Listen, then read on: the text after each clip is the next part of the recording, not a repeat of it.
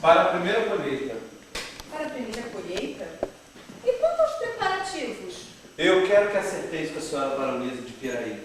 Isso são coisas que a senhora deve tratar. De muito bom grado. E tenho certeza que assim o reconhecerá a senhora baronesa de Piraí. Após esta união, o café florescerá como jamais se viu. Que Deus abençoe vossas palavras. Partirei amanhã para a corte. Amanhã? Assim, tão de repente? Minha senhora, eu preciso de mais escravos. Quero completar a plantação de café até as terras da montanha. Mas já não é suficiente o que temos? Não, minha senhora, vós não compreendeis? Não sabeis como se lida com os negócios? Mas isso não deve importuná-la. Afinal, tens vossos afazeres. Administrais tão bem esta casa que a educação dos meus filhos é orgulho para o meu coração. Onde está a Luizinha?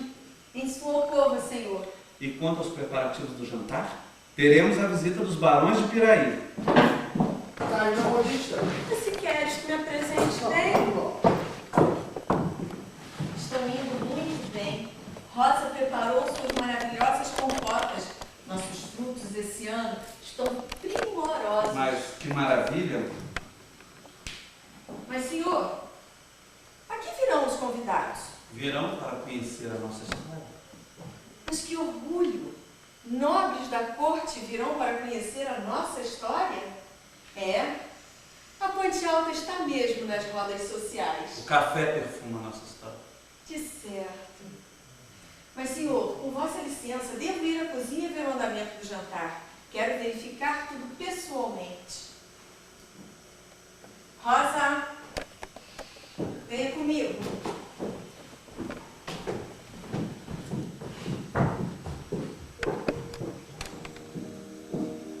Eu fico imaginando, daqui a alguns anos, meus filhos serão os donos dessas terras. Depois os meus netos, outros que nem conhecerei mais. Alguém algum dia contará o que se passa hoje aqui nessa fazenda. Contará que isso tudo era mato. Contará sobre os primeiros pés de café. E todos saberão quem foi o barão de Mambucaba. Junto com seus escravos, os meus bisnetos, irão atravessar o século com cafezais milhares de vezes maiores que temos na Ponte Alta.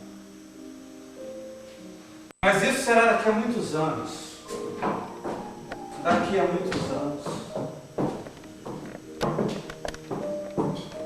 Não se passaram exatamente como supôs o barão de Mambucaba. Na verdade, a Ponte Alta só foi mais uma das tantas outras fazendas que foram hipotecadas aqui no Vale do Paraíba. Mas para contar essa história para vocês, eu vou convidar o senhor barão de Piraí. Senhor barão, com vossa licença. Para conhecermos melhor a história do Vale do Paraíba, vamos viajar no tempo um pouco mais para trás. Vamos para o Brasil do século XVIII, Brasil colônia, no tempo dos vice-reis. Naquele tempo, o Brasil de Portugal vivia praticamente da extração do ouro e das pedras preciosas. Esses ricos minerais vinham de Mato Grosso, Goiás e principalmente das Minas Gerais. De lá, no lombo de mulas, eles desciam a Mantiqueira, atravessavam o Vale do Paraíba em 4 ou 5 lugares, as chamadas Trilhas do Ouro, depois desciam a Serra do Mar e dos portos de Paraty, Angra dos Reis e do Rio de Janeiro, este ouro seguia para a Europa. Em 80 anos, saiu do Brasil mais ouro do que em 350 em toda a América Espanhola. Muito ouro foi embora daqui. Mas dada a tecnologia que havia na época, o ouro começou a se extinguir. E o Brasil de Portugal precisava urgentemente substituir por outra mercadoria. E essa mercadoria então seria o café, o ouro verde. O café já era nosso conhecido desde 1727, quando o sargento-mor português Francisco de Melo Palheta foi em Guianas Francesas para resolver um problema de fronteira. Lá chegando, ele viu o café, provou e gostou. Quis trazer para o Brasil algumas mudas, mas o governo da França não permitia. Então diz a lenda que o Paleta tornou-se amante da Madame d'Aurevilliers, que era esposa do governador das Guianas. E com a sua ajuda, então, ele trouxe algumas mudas de sementes e as plantou no Grão-Pará. Em pouco tempo, o café veio sendo plantado no Nordeste, não obteve sucesso, mas quando chegou no Rio de Janeiro, por volta de 1760, encontrou um local propício para o plantio. Rapidamente, os morros da cidade do Rio de Janeiro foram tomados por café. Começou inicialmente no convento de Santa Teresa, depois ela trouxe por outras montanhas. A Tijuca, a nossa maior floresta urbana do mundo, um dia já foi um grande cafezal, mas anos mais tarde, quando o café acabou, virou uma terra praticamente sem mato, e a água do rio estava acabando. E anos depois, quase mais de 100 anos depois, Dom Pedro II fez um grande trabalho de reflorestamento da mata, e hoje é a mata que nós conhecemos. É uma prova viva de que quando se tem vontade política, pode se reflorestar. Mas o café no século XVIII não era um produto de exportação muito grande. Entramos no século XIX. E logo no início do século XIX, aconteceu na Europa um fato que modificou totalmente a vida no Brasil. Napoleão Bonaparte, na sua expansão imperialista, invade Portugal. E Dom João VI, um pouco diferente de uma figura que temos visto ultimamente em televisão, em filmes, uma figura grotesca, quase que ridícula, absurdamente ridícula. Ele realmente era baixinho, gordinho, comia muito porque era diabético, mas foi um homem muito importante para o Brasil. Para fugir às garras de Napoleão, ele transfere toda a corte portuguesa e seus funcionários para o Rio de Janeiro. Mais de 15 mil pessoas vieram para cá. O Brasil realmente mudou. Dom João investiu na indústria e, principalmente na agricultura, ele fez a grande empreitada do plantio do café. Nesse momento, o consumo de café na Europa, logo após nos Estados Unidos, aumentava consideravelmente. Então, Dom João resolveu plantar café e escolheu naturalmente o Vale do Paraíba para fazer esta empreitada. Por que o Vale do Paraíba? Primeiro porque o Vale do Paraíba fica muito próximo dos portos de exportação. Naquele tempo não havia estradas, então utilizaria as mesmas trilhas de burros que levavam o ouro para levar o café. E o vale também fica numa altitude de 300 a 900 metros, que é ideal para se plantar café. Ele divide o Vale do Paraíba em vários grandes pedaços de terra chamadas Seis Marias, que em média era de 1 légua por 1 légua, 6 quilômetros por 6 quilômetros. E doava essas terras para pessoas que, primeiro, tinham que ter muito dinheiro, porque tudo foi feito com mão de obra escrava. Aliás, o Brasil viveu quase 400 anos de escravidão negra e precisava desse dinheiro para comprar os escravos. Segundo, tinham que ser pessoas muito corajosas, porque o Vale do Paraíba, no início do século XIX, era um lugar inóspito, era uma grande floresta tropical, com árvores enormes, cipós, índios, feras, doenças. Vir para aqui era muito difícil. Para vocês terem uma ideia, uma viagem hoje de Barra do Piraí, dessa região aqui ao Rio de Janeiro, fazemos em 2 horas no confortável ônibus. Naquele tempo, uma tropa de burros demorava daqui ao Rio de Janeiro cerca de 8 a 10 dias de viagem, dependia de São Pedro. Quando chovia, simplesmente as mulas não passavam nas trilhas. Quando havia o rio, precisava de balsa para atravessar a tropa. Por isso, enquanto cidades aqui no Brasil, chamada Passa 2, Passa 3, Passa 4, era o número de mulas que estavam dentro de uma balsa. Mas com o tempo as coisas vieram e eles subiram a serra. Chegavam aqui, encontravam aquela mata, escolhiam um grande lugar para fazer a sede da fazenda. Então eles matavam 3 ou 4 alqueires de terra, cortavam as melhores madeiras e faziam as construções. A primeira construção que eles faziam era a senzala. O maior patrimônio do fazendeiro eram seus escravos. O resto da mata, simplesmente eles botavam fogo. E a cinza da queimada e mais o humo que estava na terra, a terra ficava muito fértil e o café vinha rapidamente. As primeiras grandes safras de café se deram na região do Resende, entrou por São Paulo e Lorena, e aqui veio para Piraí, Vassouras e Valença. Vassouras, inclusive, tornou-se a segunda cidade do Império. Mas as grandes safras começaram em 1820 e 1822. E justamente em 1822, o Brasil faz a nossa independência. E Dom Pedro I, ao contrário do que se vê em livros de história, ele teve muita dificuldade para consolidar a nossa independência. Houve muitos focos de revoluções, norte e nordeste, teve que construir o nosso exército, gastar muito dinheiro. E além disso, Portugal exigiu uma indenização do Brasil, cerca de 2 milhões de libras esterlinas, para aceitar a nossa independência. Dinheiro esse que Dom Pedro I teve que recorrer a um grande empréstimo à Inglaterra. É curioso que o Brasil reconhece a independência com a primeira dívida externa. E de lá para cá só veio aumentando. Mas justamente quem começava a financiar tudo isso eram os cafeicultores do Vale do Paraíba. Inicialmente eram homens rudes, eram tropeiros, eram negociantes de ouro, eram pessoas rudes, mas com muito dinheiro. Alguns fidalgos também que vieram com Dom João VI. Mas a maioria eram homens rudes. Mas aos poucos eles foram patrocinando o império e formando a corte brasileira.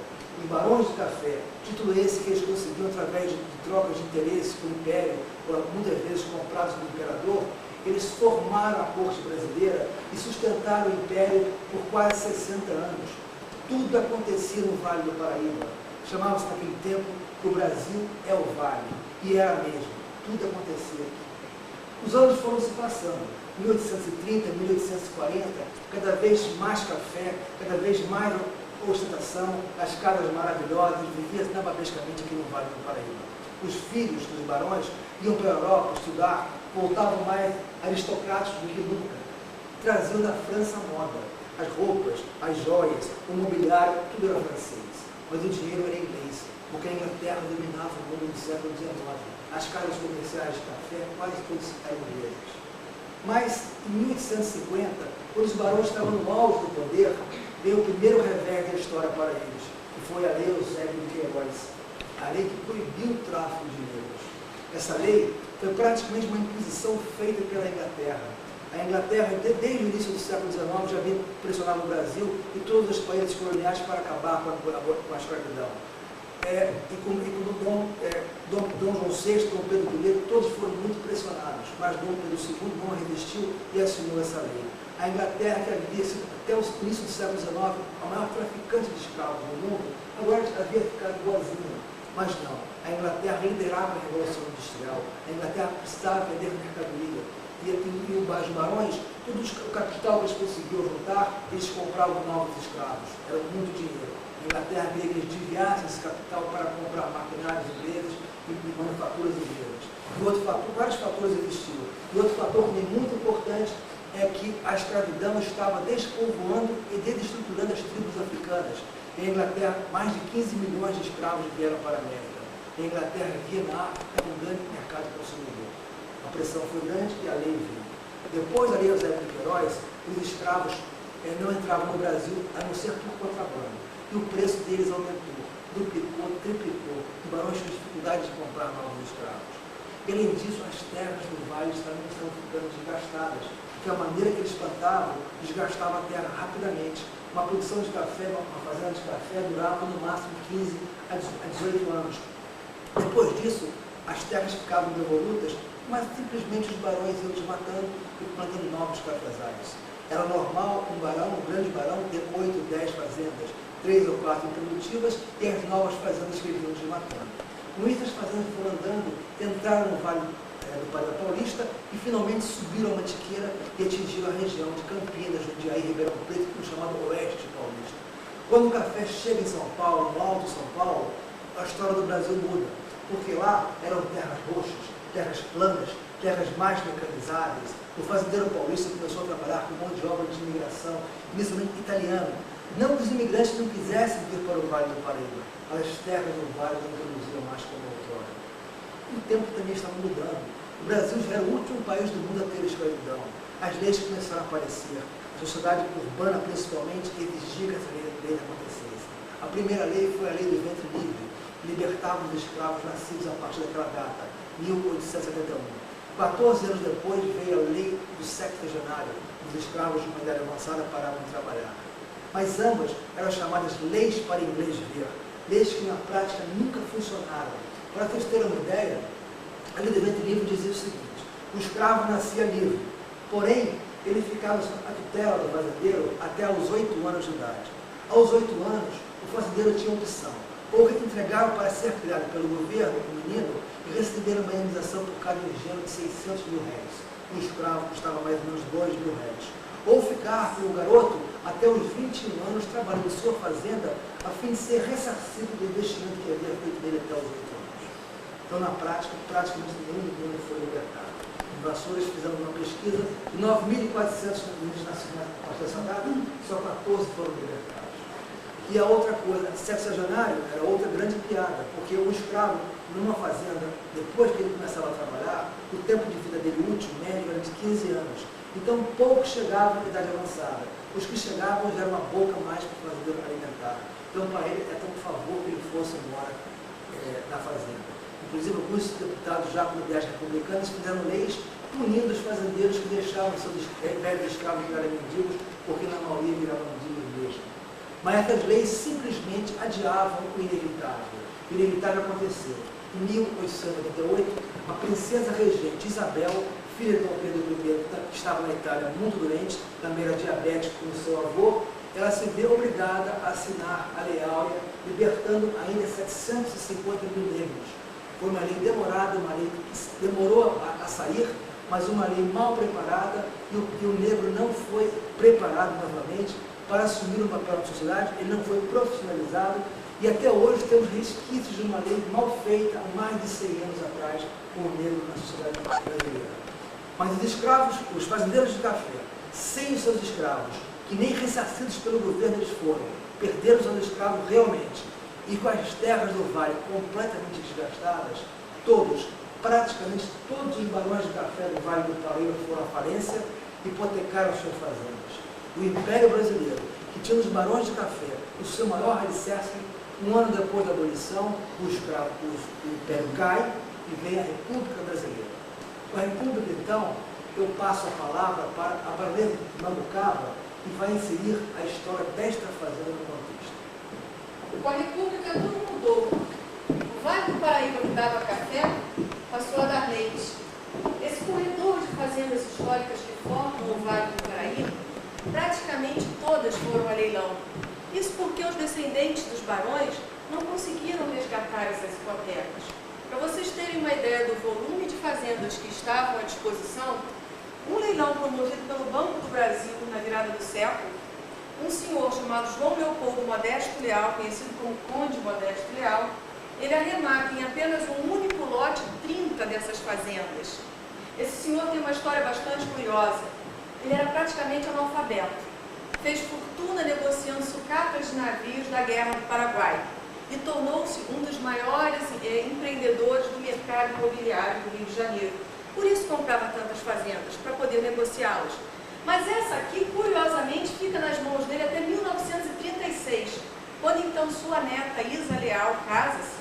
Ele pede para que ela escolha entre a Fazenda Ponte Alta e a Fazenda Santa Clara, onde foi filmada a novela Terra Nostra. Ela deu preferência pela Ponte Alta, achou Santa Clara muito distante. Só que quando Dona Isa chegou aqui, ela não gostou do que viu em relação à casa erguida pelo Barão de Mambucaba. A fazenda havia ficado fechada durante muito tempo e a casa estava praticamente em ruínas. E ela não pensa duas vezes. Mandou demolir a casa, construiu uma casa nova de acordo com a arquitetura neocolonial mexicana. E fez isso sem nenhum remorso. Fez isso porque nessa época nós estávamos no Brasil do Estado Novo. Era o Brasil de Getúlio Vargas. E Getúlio imprimia na população um sentimento de Brasil progressista, do vamos esquecer esse Brasil retrógrado, escravagista. Sentimento esse muitas vezes confundidos com a aniquilação do passado. E por isso ela o fez. Mas por falar em Getúlio, a Ponte Alta continuava nas rodas sociais.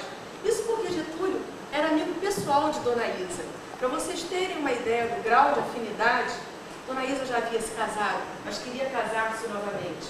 Então Getúlio Vargas promove no Brasil uma semana de divórcio, para que ela possa divorciar-se e casar-se novamente. E assim foi feito.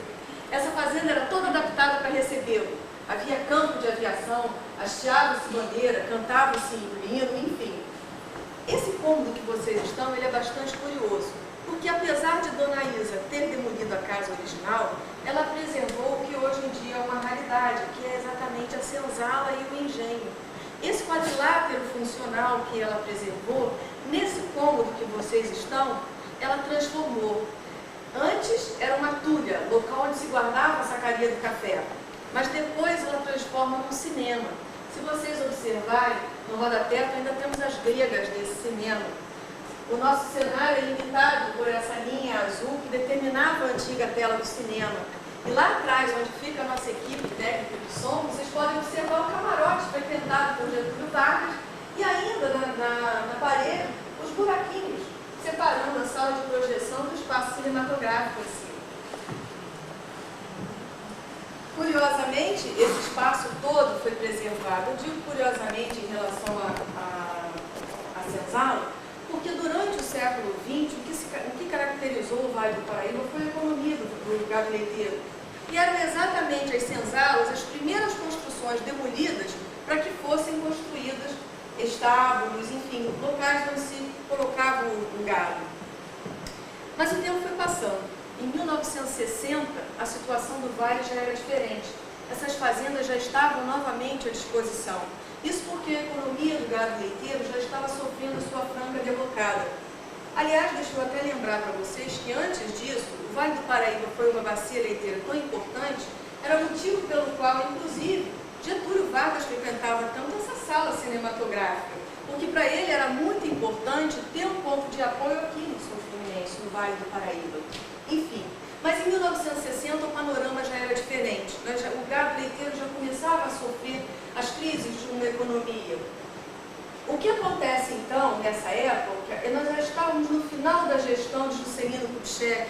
Juscelino era mineiro de Diamantina, imprimia na população um sentimento diferente, um sentimento de resgate à memória histórica. Aí se dá o apogeu das cidades históricas mineiras, o apogeu do barroco, as obras de Aleijadinho em alta. Surge então no Rio de Janeiro e em São Paulo vários antiquários valorizando essas peças. E quem tinha dinheiro nessa época comprava então todo esse mobiliário, essas peças para decorar seus apartamentos nos grandes centros, principalmente Rio de Janeiro e São Paulo. E quem tinha mais dinheiro ainda, comprava então uma dessas fazendas que já estavam novamente à disposição aqui no Vale do Paraíba. Isso porque, por causa da derrocada da economia do gado leiteiro. Porém, com essa aqui não foi por esse motivo. A dona Isa era casada com um político que chegou a ser senador da República, da época de Getúlio. Porém, nessa época, Getúlio já havia morrido e o senhor Paulo Fernandes quis tentar o governo do estado do Rio de Janeiro. Então, ela resolve vender a quantia alta para imprimir mais dinheiro à campanha política de seu marido. Então, como nessa época quem tinha dinheiro comprava essas fazendas na intenção de restaurá-las, movidas por esse sentimento progressista, de resgate à memória histórica, o que faz? Essa aqui é vendida para a dona Nery Pascoli, uma rica empresária daquele momento, uma das fundadoras do grupo ICOME, atual KM, e ela compra isso aqui exatamente porque se apaixona pelo quadrilátero funcional íntegro, mas fica muito descontente em relação à Casa Grande, porque não era mais a casa original erguida pelo Barão de Mambucaba. Mas como dona Nery tinha muito dinheiro, ela contrata então um decorador especialista em Brasil Colônia, faz com ele várias viagens garimpando peças do século XIX e assim ela consegue recontextualizar a Casa Grande. Faz no engenho, então, uma modificação não ortodoxa, onde ela mistura peças contemporâneas com peças do século XIX. Já na Casa Grande, ela faz uma modificação fiel à época. Mas dona Nery não viveu muito tempo. Em 1982, ela veio a falecer, nunca casou-se, não tinha filhos. Desde então, a fazenda como herança para seus dois sobrinhos, o Ricardo e a Evelyn Pascoli. O Ricardo já administrava a parte rural para ela, e a Evelyn nem morava no Vale do Paraíba, nem no Rio de Janeiro. O que ela faz? Ela vem para cá, fica aqui durante algum tempo, começa a conhecer outras pessoas na região, pessoas com histórias semelhantes à dela, também herdeiros de propriedade de fazendas históricas, outros que eram ambientalistas, historiadores, arqueólogos e assim. Então ela para refletir sobre essa questão da herança. E surge nela, então, um sentimento muito nobre, porque ela começa a perceber que isso aqui não tem um único herdeiro. Herança, isso aqui, somos todos nós herdeiros de uma fazenda histórica. Por quê? O que alavancou a nossa independência, o que foi alicerce do nosso império, não tem um único herdeiro. Todos nós brasileiros somos herdeiros da nossa própria história. E baseado nesse sentimento que transcende a questão de propriedade, ela funda com esse grupo de pessoas que ela havia conhecido aqui no Vale do Paraíba o Instituto Preservare, o Instituto de Preservação e Desenvolvimento do Vale do Paraíba. Esse instituto tem como finalidade o resgate à nossa memória histórica, a preservação de todo esse patrimônio histórico do Vale do Paraíba e ainda o resgate da cultura da roça e a preservação da questão ambiental, visto que todas essas matas que vocês veem agora são matas que levaram no mínimo 100 anos para atingir o seu estado de equilíbrio.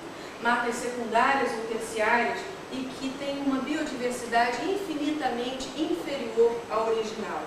Esse instituto, então, se preocupa com todas essas questões e a única finalidade que ele tem, a única incumbência que os proprietários de fazendas históricas têm é exatamente abrir as suas portas aos visitantes, contar e interpretar o seu patrimônio a esse visitante. Cada proprietário encontra uma forma de mostrar o seu patrimônio, porque as fazendas são diferentes. Umas são mais rústicas, outras são mais aristocráticas. Enfim, cada um então encontra o seu momento e a sua forma de apresentar. Nós aqui escolhemos esse sarau histórico, que talvez seja um pouquinho longo, porque viemos desde o final do século XVIII até o XXI.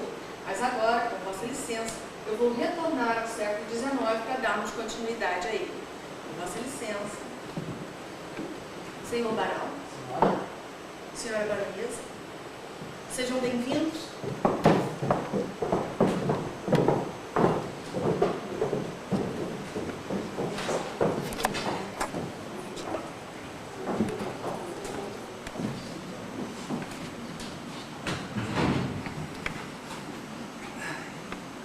E então, fizeram boa viagem? Fizemos muito boa viagem, senhora baronesa. No trajeto para cá, podemos observar vossos cafezais. A safra esse ano será grandiosa. Assim como as bodas de nossos filhos. De certo. Conto com vossa ajuda para os preparativos. De muito bom grado. E como está a Luizinha? Bem, um pouco aflita com a proximidade do casamento, porém confiante na escolha de seu pai. É natural que Luizinha esteja assim. A menina tem apenas 13 anos. Sabemos o que é isso. Tendes razão. Sabemos muito bem o que é trocar as bonecas pelo casamento. De fato. Mas já disse a Luizinha que não tem com que se preocupar. Afinal, apesar da pouca idade, a menina borda e toca piano como ninguém. Folgo em saber. Além disso, possui um dote considerável. Onde está o senhor barão? Com vossa licença, irei chamá-lo.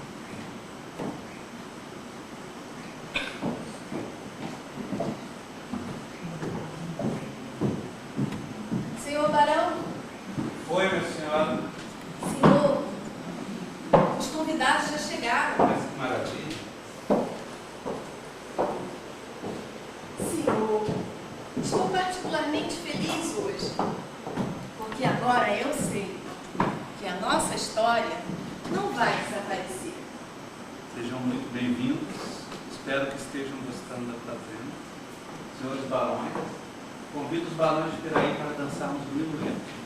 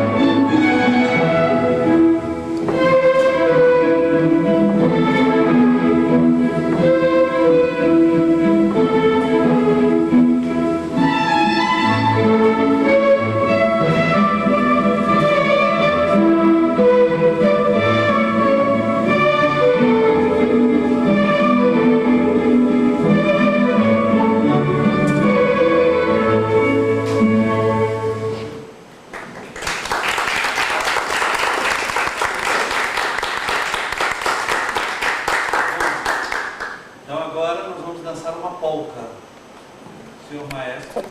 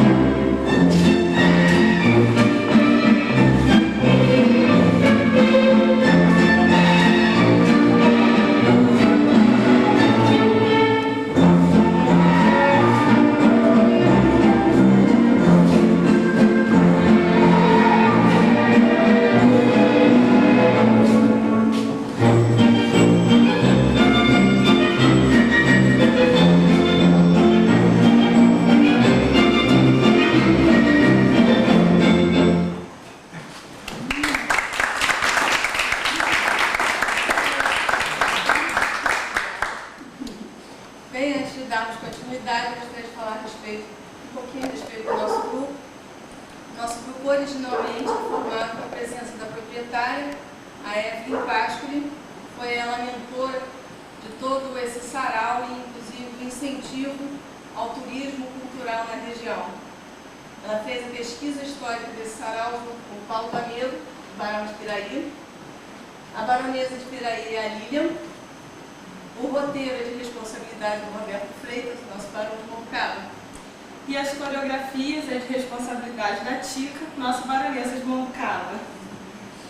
Bom, eu gostaria também de ressaltar a presença da dona Delza, que foi a Rosa, nossa mucama, e da Fátima, que é a nossa maestrina e equipe técnica, aqui lá atrás. Gostaria de dizer também que estamos completando 428 apresentações no nosso sarau e que 10.200 pessoas passaram aqui para conhecer um pouquinho mais da história do Brasil. Deixa a gente bastante orgulhoso, tem que conhecer um pouco do patrimônio histórico.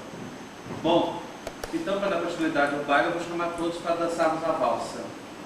É fácil, Precisa de ensaio. Novos da corte todos sabem dançar valsa. Tudo bem?